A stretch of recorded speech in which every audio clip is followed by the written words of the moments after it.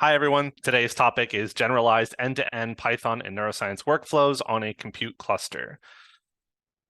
Okay, here we go. So the outline and format for today's talk. So everything we're going to be talking about today will be kind of attacked through the lens of neuroscience and EEG, but a lot of the concepts will generalize. I would say 90 to 95%.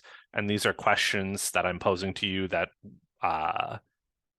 will be relevant for your discipline or your modality that you use in neuroscience or anything like that. I've kind of experimenting with something new a little bit today, which is I've got a couple of chat bubbles on my slides, namely in green and yellow. Green things are kind of like, oh, if this is relevant to me, I should go read that. And if it's interesting, I should go read that. And yellow is, in my opinion, something you should definitely read.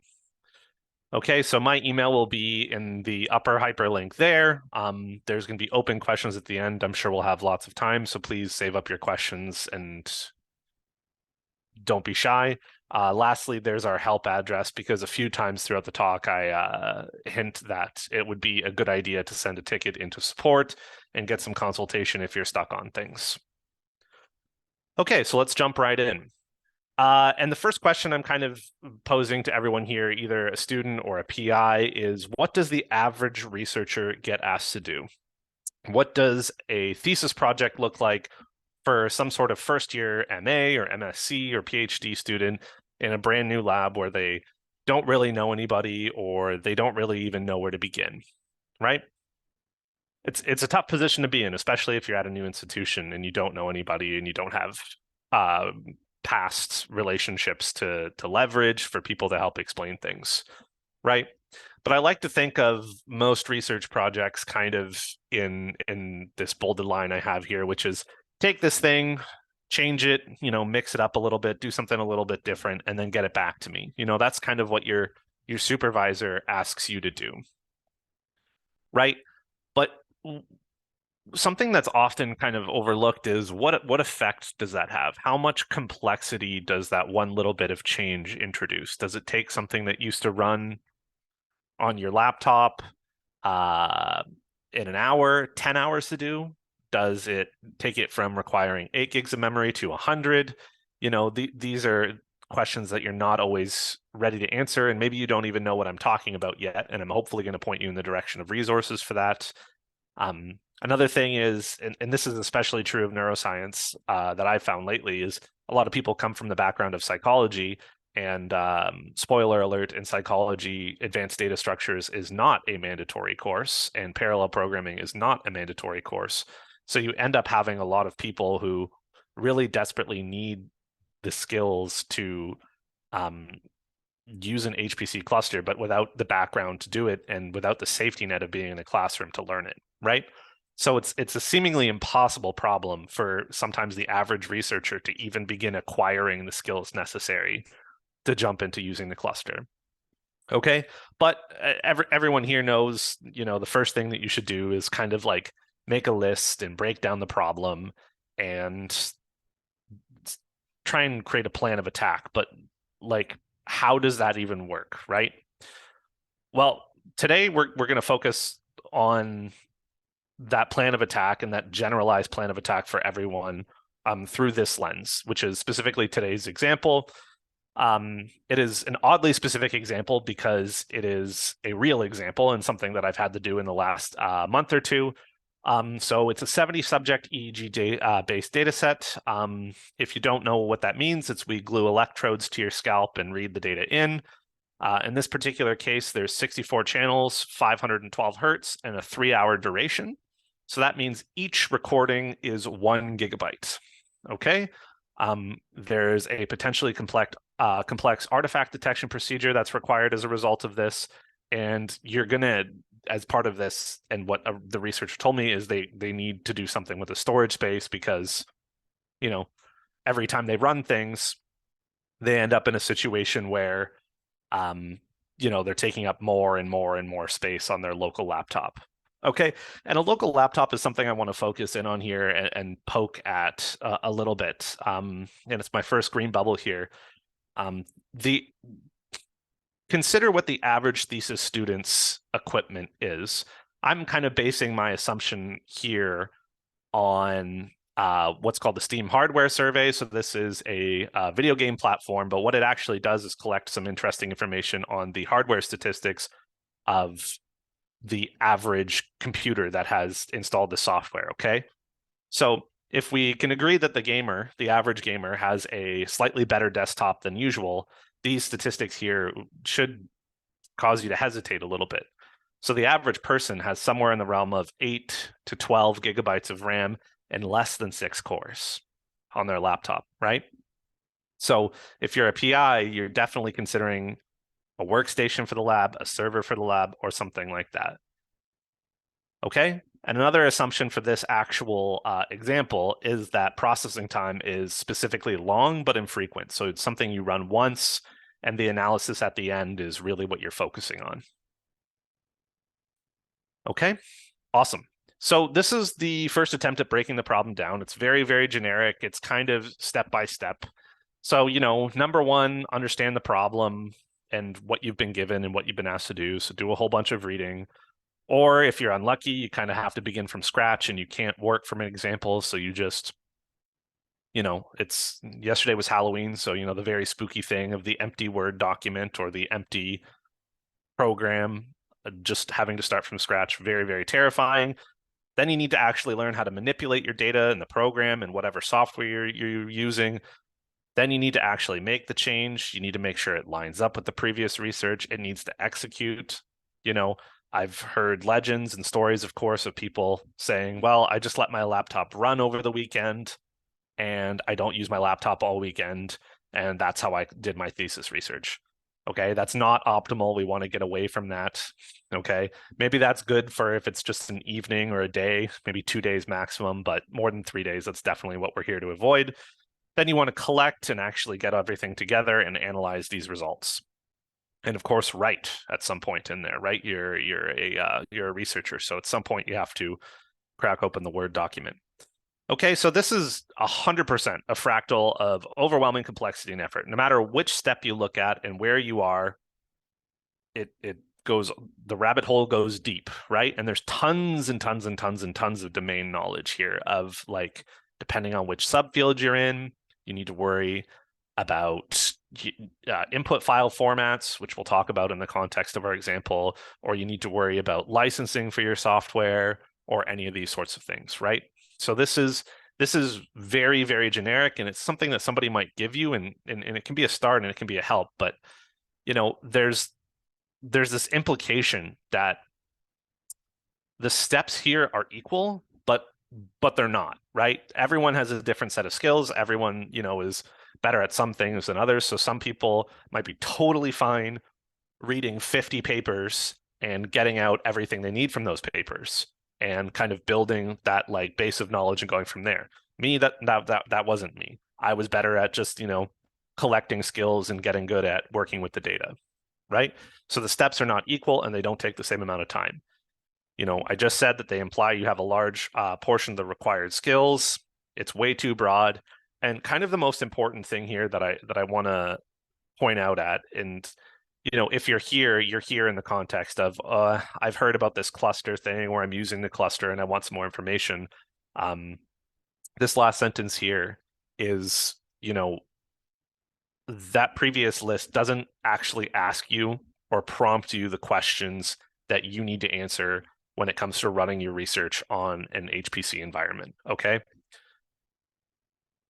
So I'm just going to give a couple of disclaimers because it makes me more comfortable when I make broad generalizations to give some disclaimers. I'm an HPC analyst. I like job submission. I like clusters. I like distributed workloads. I like all that sort of stuff. So I tend to see that sometimes more than I need to, but there's definitely, it of course is an important thing. All right.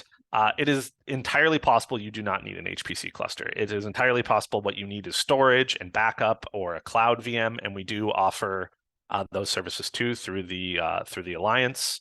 Okay, so don't be too scared by any sort of suggestions I make pointing you that way. I actually have some documentation pointing you that way shortly.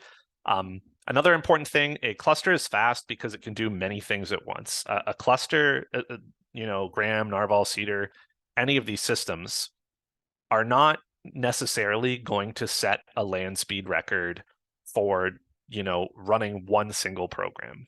Your laptop, if your laptop's an expensive laptop or expensive workstation, may very well actually be quicker, but the advantage of the cluster is on Graham, I believe, still right now, we have over 40,000 cores, probably even more. So it's the ability to do and run several sets of your computation at once that allow it to finish faster, not that actual land speed record of being very zoomy, okay? And the idea of the next list that I'm about to present is that it's going to be something that gives you finite steps that you can investigate and build on one thing at a time, and can, you can add to the calendar to hopefully be like, oh, I should do this week, I should do this the next week or month or anything like that based on your timeline, okay? Okay, so again, disclaimer, should generalize to the other fields too. That's my last one. Okay, so here it is, steps 1 to 8, sort of. It's kind of like an 8-step plan for world domination, except at the end, you have to do a lot of writing. So step 1, establish the prerequisites. So that includes, really more than anything, figuring out what you need to know and actually begin the process of learning it, okay? The next one is kind of unsurprising, which is build that working example.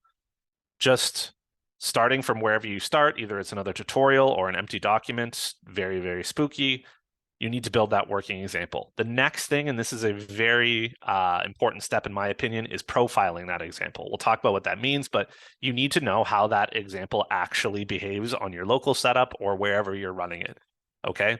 Because you need to understand as many parts of it as possible.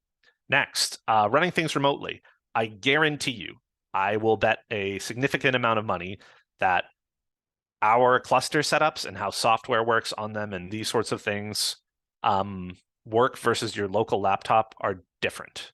So it is a different set of setup instructions. It's not necessarily more difficult, it's just different. Okay, so that's its own step. That is 100% its own step. The next thing will be turning that into something that can run across your entire study. So in terms of today's example, it'll take a single subject recording and run across multiple subjects.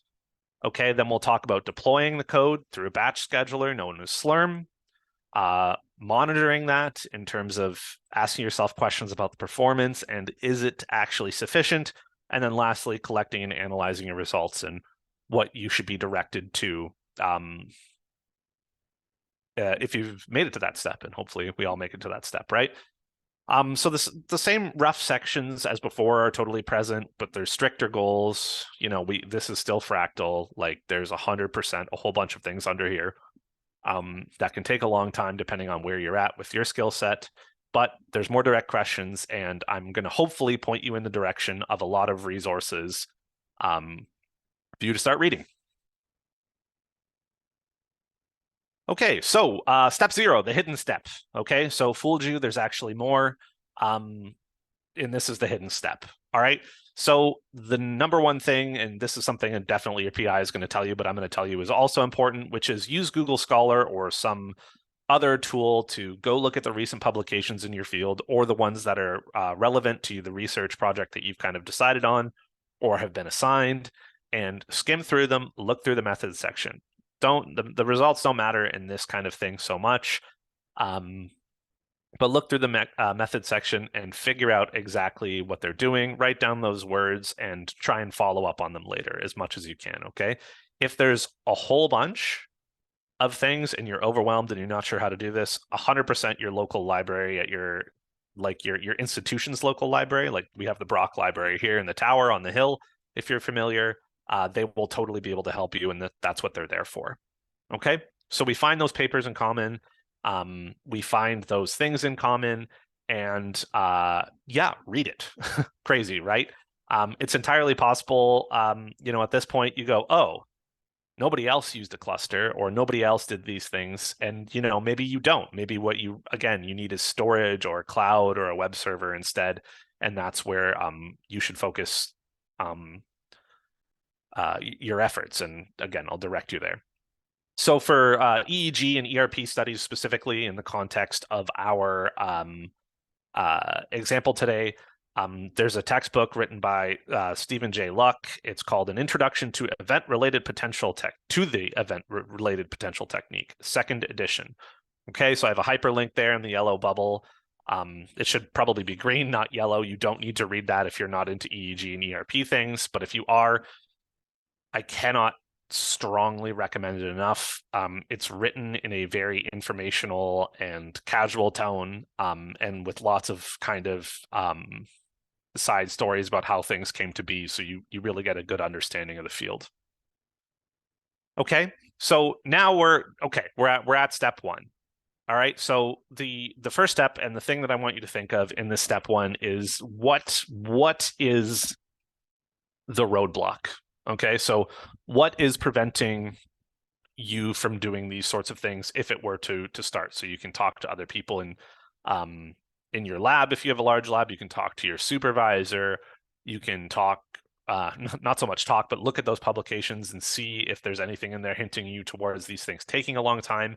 And there's kind of three things that it typically ends up being: space. So it either needs a lot of hard drive space, so just storage, or RAM or cores or something like that, which we'll talk about later.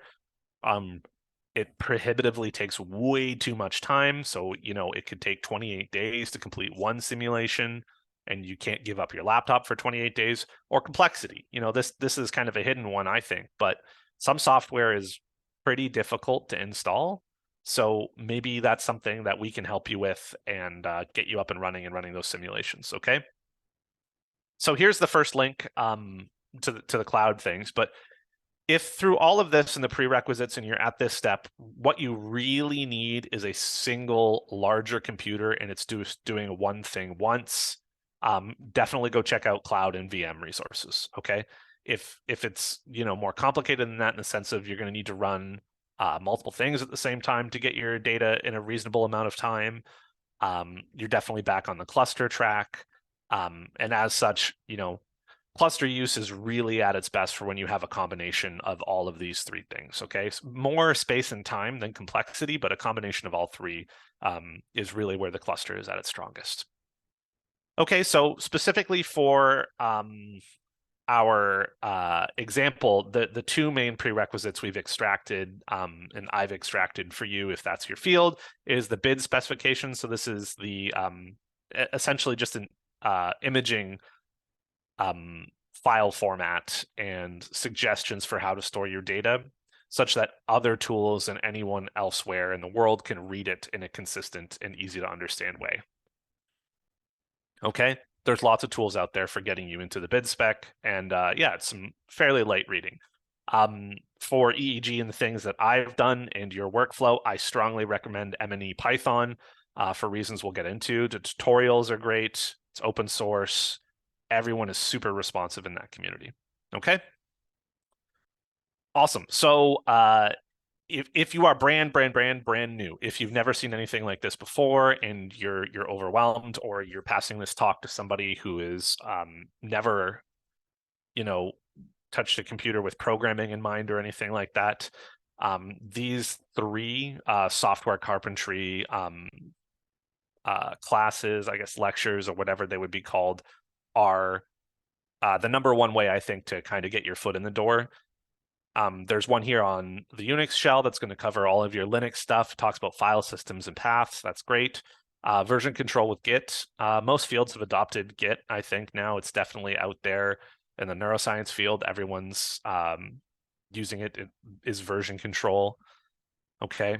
And then there's the Python course. I don't really have to pump up Python at all. I think we all know that it's a big deal these days. Okay, and they all assume no knowledge, and this is where you should go if you're not familiar with the terminal, or you don't know what I mean by file system, or you're not sure what I mean about memory and cores and like processes and what all of those things are.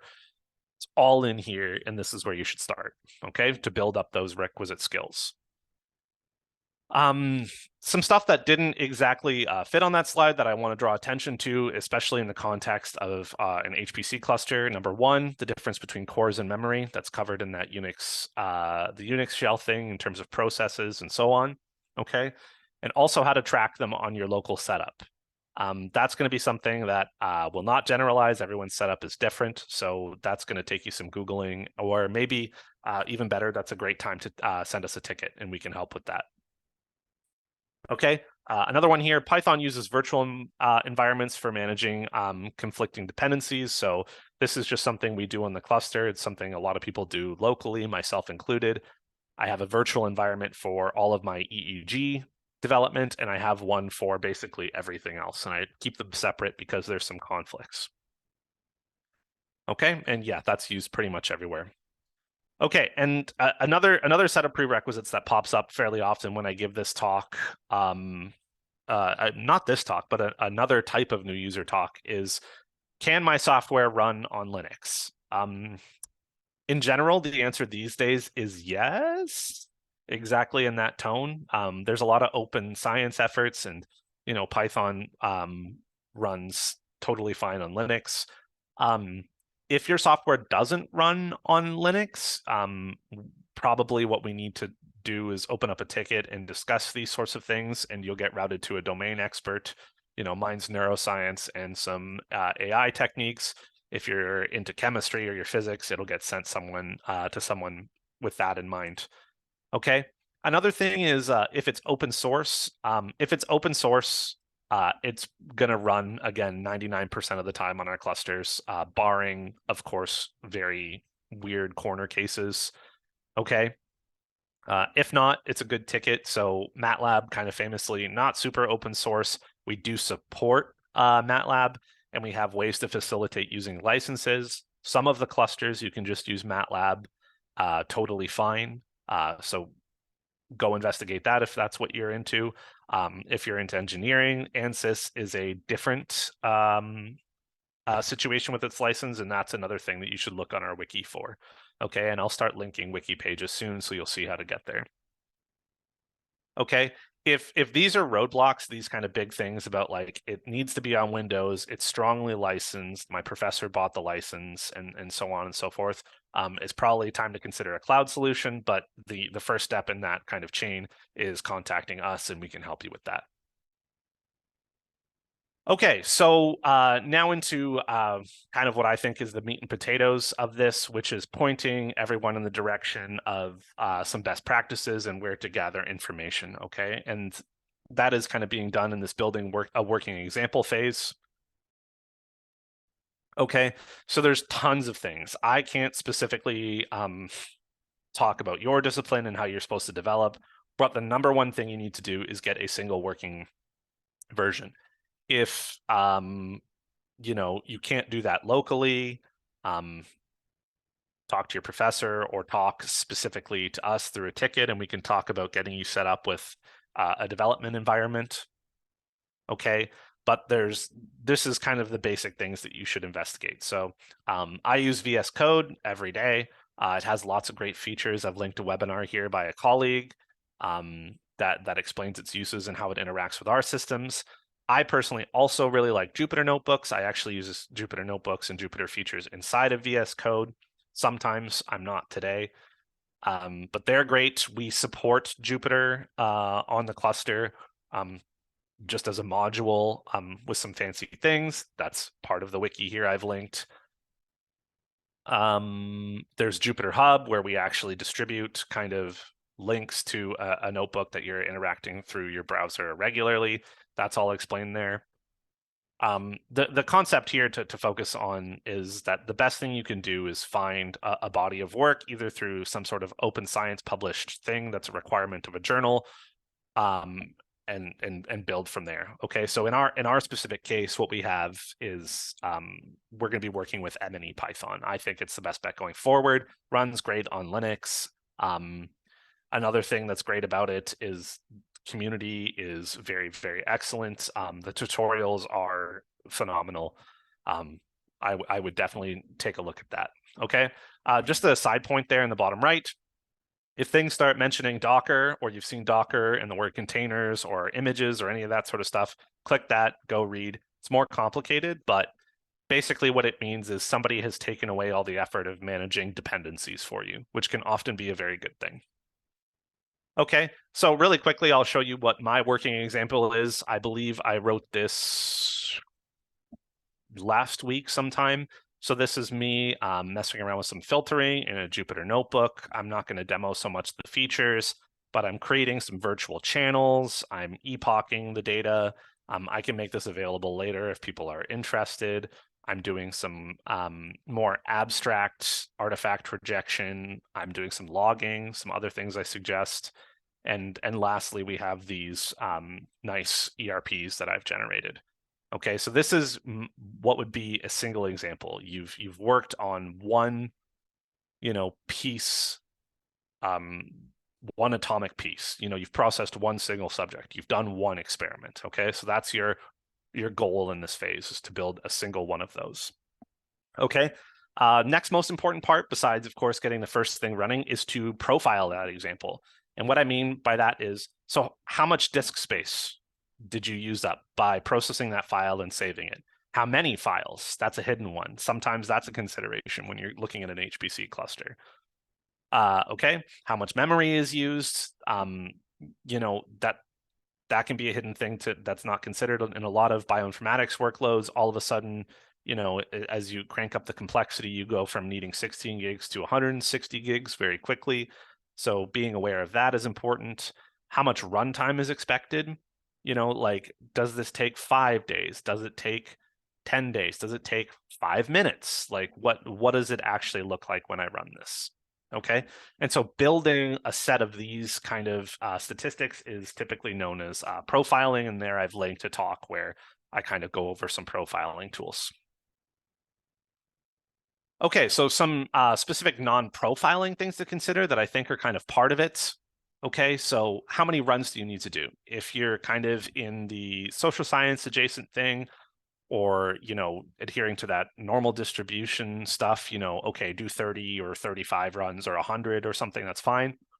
If you're unlucky, you're in particle physics and you need to do 1 billion.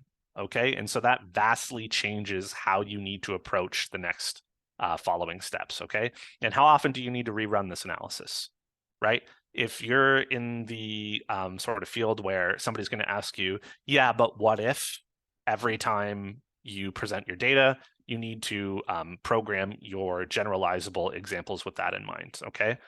So that's why I'm prompting with that. So if it takes a prohibitive amount of time or resources, what do we do? Great ticket question, especially if you already have it running on the remote or you have it running locally. Here's some things I pointed you to. These are documentation for Python's multiprocessing package, if that's strictly necessary. There's a talk on Numba, which is a way to accelerate Python, and a talk on Cython, which is another one that I did, which is another way to accelerate Python. Okay, so if these things are taking a prohibitive amount of time and resources and slowing you down, you're going to have to learn one of these techniques or another technique in general. I would definitely start with a ticket and ask us, or again, maybe there's something that's hinted at in the actual literature that you've been given. Okay, awesome. Next, running things remotely. I talked about this previously. I guarantee, strong guarantee that things are different between the remote and the actual local computer you've got your previous thing working on. So I've linked the getting started page. If you're new, 100% check that out. It's about how to connect and how to actually do all that stuff. If that doesn't make sense to you, go check out those software carpentries, right? Our file systems are very different. There's the link to the storage policies.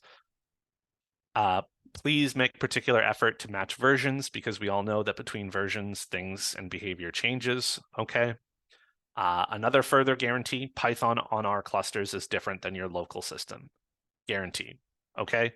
So what you're gonna need to do if you're doing Python is go check out this wiki page, all right? Awesome. Speeding up a little bit, this is what it looks like for me to get a working virtual environment. So that's one of these things where, Python is running kind of in a way where it's not touching other Python installations on your system. This is what it looks like on the system. Okay, so I've done a couple things here. I'm loading a Python software module. So I talked about that in the previous slide. There's a link to it.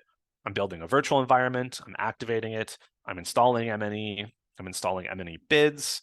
The important nuance here is the no index is due to us having that pre-installed on the systems. And then lastly, I'm doing a more complex install of a package from Git there. So you can do all of these things. You won't be limited when running things remotely, but that's what it roughly looks like. Okay. Awesome. So now you have your remote running example. It's done. It runs. You get presumably the same answer as you do on your local, or maybe it's finally completing. All right. So what you need to do from this point is actually make it abstract enough to run your entire analysis. So I can't tell you exactly how to do that. Maybe your software kind of does it automatically. In the case of today's example, really what you need to do is give it a whole bunch of parameters and the file path. So if we look up here at the very top, here's some parameters about how I filter the data, what channels are of interest. And down here, I'm actually looping over a whole bunch of for subjects, which is only a subset. So we want to increase that and so on and so forth, okay? So if I had to make a suggestion to you about how to do that, what I would suggest is looking into command line arguments. The batch scheduler, which we'll talk about in just a second, responds very well with command line arguments. So that's where you should focus your first kind of pass at generalizing. You want to avoid hard-coded paths as much as possible in the sense of, if you're working on Windows and you're writing things on Windows, that's fine, assuming it's going to eventually be running on Linux. But something we run into a lot is people, we open up their code and we see that it says, C:/users or something like that. And we know that their script is kind of written for one computer. So pay special attention to hard-coded paths as much as possible and make them generic and make them match the file systems that I linked to previously. Okay, make hard-coded values as options. I typically do that at the top of the script as kind of a homage to global variables. You can do that with a parameter file, which would maybe be better, or they can be command line arguments as kind of a callback. And lastly, something that's important in general is logging. You definitely want status updates throughout your program. You do not want it to just run and then never know exactly where it is. So even if it's just briefly printing out, I'm on step 10 of 500. Now I'm on step 20 of 500. I definitely think you should consider that. For the purposes of MNE, there's the MNE Python logging interface that lets you interact with that. There's Python logging bindings as well. You can just do a quick Google search. That'll turn right up. So that is the steps that I think you should take to generalize your example and your workflow. Now we need to talk about deploying the code and exactly what that looks like. I'll show you an example in just a second, so don't be overwhelmed if you're not familiar, but that's done through the batch scheduler Slurm. Okay, so that lets you place your custom work orders called jobs. They can be 10 cores, 100 cores, in some cases 1,000 cores, but you might be waiting a long time for that. Okay, jobs are executed after a period of time away from your eyes. Okay, so in general, we'll go the other way. The larger your job is in resource ask, the longer it waits in general. Okay, so you will submit your work order, much like at a restaurant, you place your order, and after some period of time, the food shows up at your table. Okay, so there's the documentation. The Slurm documentation really just kind of points you in the direction of like the handy commands. We also do that on the running jobs wiki over there, which in my humble opinion is our best wiki page. But the Slurm documentation can kind of give you some fun options. Another pro tip there is email updates. You can have jobs when they fail or start or crash or anything like that, send you an email update so you know to go back on the cluster and investigate or resubmit them. Okay, awesome. If you're lost, this step is another great ticket. Okay, so here's what it looks like, my actual job. It's not particularly complicated. So this is something that runs 12 hours. It's 4 cores and 12 gigs. It activates my virtual environment. It goes into my personal project file because staff members have that. And it runs Python main, which is essentially that Jupyter notebook, but as one just file and on a particular file. So this is a way of kind of in Bash passing through a command line argument. Okay, so that's why I suggested that. Okay, so monitoring your work, an important step here. So consider another passive profiling on your distributed jobs, because like I was getting at before, things are different on the remote versus being on your local. Okay, so another passive profiling might be great. For that, you have things like Ceph, SEFF on your job ID. Okay, that'll tell you some information. If you'd like more, maybe it's software specific, maybe it's a great ticket to us. Okay. Why aren't your jobs running? This is a question we get a lot. It can be for a whole multitude of reasons. If you have a large lab, that might be a reason. And I would suggest if you do have a large group of people you're working with under your PI using multiple systems, there is no relationship between the systems for the most part when it comes to priority. In fact, there is no relationship when it comes to priority at all. So if you submit 10 million jobs, you can't. If you submit 10,000 jobs on Cedar and they run, and it's no longer your turn to run, so you have to wait a very long time. If you go over to Narval and submit another 1,000 or something like that, they may start right away because there's no relationship of priority between the two there. Okay. Great ways to investigate that. There's a job wait time video series by my other colleague. There's a command line tool called Cluster Stats that it's available on all of our systems. And of course, we have the job scheduling policies, which kind of gets into the math of how priority works in the fair share algorithm. Okay, next step, again, much more field dependent here. You know, you might just have to read a single value out of a file. You might have to do what I did in that notebook and plot some graphs and do some semi-visual inspecting and then investigate further. Okay, so I'm going to leave that up to you in your field. But some things important to consider here. The Scratch file system is not backed up. Let me say it one more time because it does happen. People lose work. The Scratch file system is not backed up.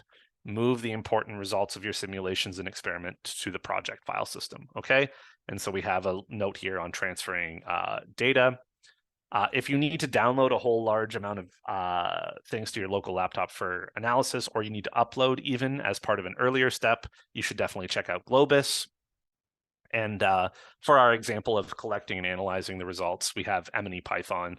It has an absolutely phenomenal tutorial here of going through kind of every step of the EEG data processing pipeline, I guess I would say. Everything from segmentation to plotting to confidence intervals, everything you could hope for in that way. Okay, so that's what I would do next. Is after running all of my subjects, I would download the resulting files, probably to some sort of external hard drive, and then I would be doing the next step of analysis from there. Okay, so this is the second hidden step. All right, and it's kind of one of the most important ones, which is don't forget to kind of make improvements along the way. If you look at where you were a year ago in terms of your skills, if as a researcher and as a programmer, I bet you it's very different than where you're at today, and you've probably gotten a lot better. Okay, so don't be afraid to go back and make improvements along the way. And you know, new things exist, and this is potentially one of those shocking things. You know, there's always new features that are popping up in Python. You know, here we have this one in the bottom right. That's, you know, the global interpreter lock may become optional. Well, is becoming optional in CPython. Okay, in MATLAB, there's all sorts of new figure things. VS Code has jump host support. There's all sorts of things. So be on top of what looks like new versions and new features coming. Okay. Awesome. So I really want to just focus on a couple things here. So some takeaways. Consider the time it takes to build new skills when assigning things to brand new researchers. Okay, so this is mostly directed at the PIs.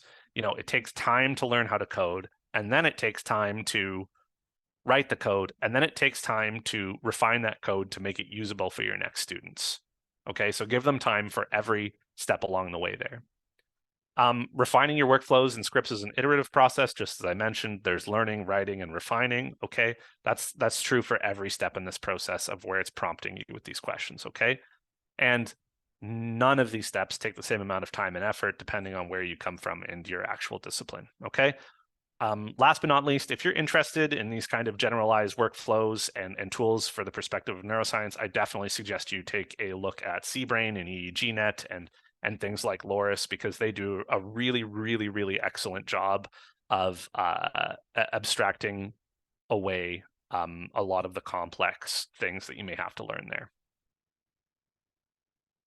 Okay, so that's everything I have for today. I hope that everyone's kind of got some wiki pages to read. What I'm going to start by doing is linking the slides there, so everyone should be able to get them.